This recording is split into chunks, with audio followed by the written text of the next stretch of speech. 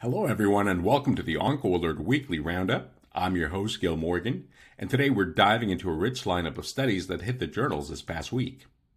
The overarching theme this week is refinement. Whether it's refining biomarker strategies, treatment sequencing, or therapeutic approaches, this week's data reflects a growing precision in how we tailor cancer care, from breast to lung, prostate, pancreas, and beyond. Reminding you that these are just some of our picks, and for a deeper view, we encourage you to sign up for our weekly newsletter at www.oncoalert360.com or through the QR or link below. That's www.oncoalert360.com. Now let's break it down by tumor type. We start with a review out on the breast, which dissects the state of biomarkers for immune checkpoint inhibitors in breast cancer.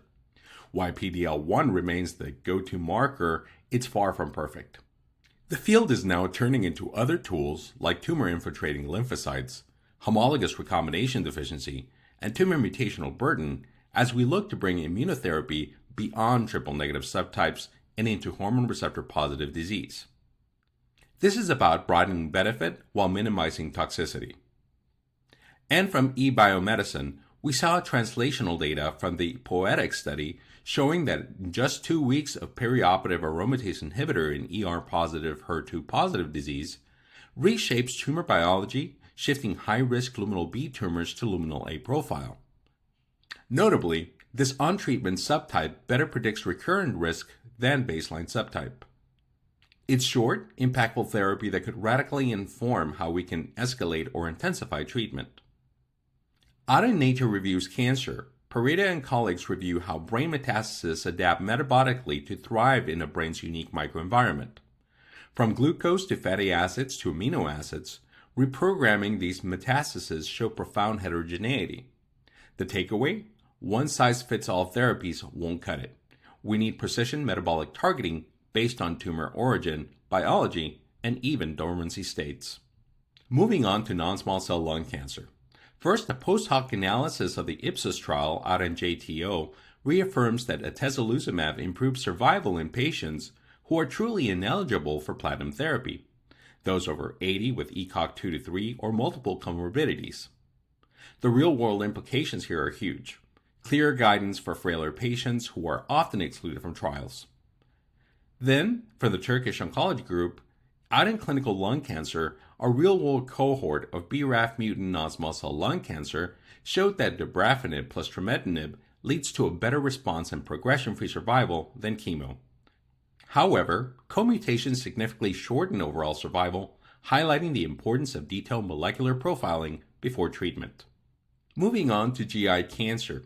Out on JCO, the GENERA trial comparing 3 first-line treatments for metastatic pancreatic cancer was stopped early. Modified FOLFIRINOX and ESIROX both failed to outperform nab-paclitaxel plus gemcitabine in overall survival and came with higher rates of severe anorexia, with the bottom line being that nab-paclitaxel plus gemcitabine remains a strong, well-tolerated standard in this tough-to-treat setting. And our second GI study comes from JAMA Oncology. Over 1,500 patients were analyzed in a study on total neoadjuvant therapy for locally advanced rectal cancer. While regimens varied widely, overall outcomes match what we've seen in clinical trials, confirming that TNT, especially Rapido and Protege-like regimens, is effective in routine practice. In GU Oncology and in The Oncologist, a retrospective study of patients receiving lutetium-177 PSMA for metastatic castration-resistant prostate cancer found that those pretreated with enzalutamide had significantly longer overall survival than those pretreated with abiraterone. The reason? Greater PSMA expression confirmed by imaging. This adds more fuel to the growing discussion on ARPI sequencing as a determinant of radioligand efficacy. We end with an eye-opening paper out in Cancer from Gao and colleagues examining the economic and health toll of informal cancer caregiving in Australia. The opportunity cost per caregiver, over $60,000 annually. Quality-adjusted life expectancy losses for up to 5 months per year. These numbers should give policymakers pause.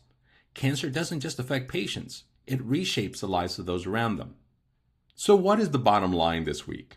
Oncology is evolving from broad strokes to fine line, refining who we treat, how we treat, and when we treat. Whether it's a 2-week endocrine trial that reclassifies risk, or the nuanced sequence of systemic therapies in prostate cancer, we're moving closer to true personalization. And that's it for this week's OncoAlert Roundup. I'm Gil Morgan. Thank you for joining me. Don't forget to follow, subscribe, and share with your colleagues. Stay informed, stay inspired, and as always, stay OncoAlert.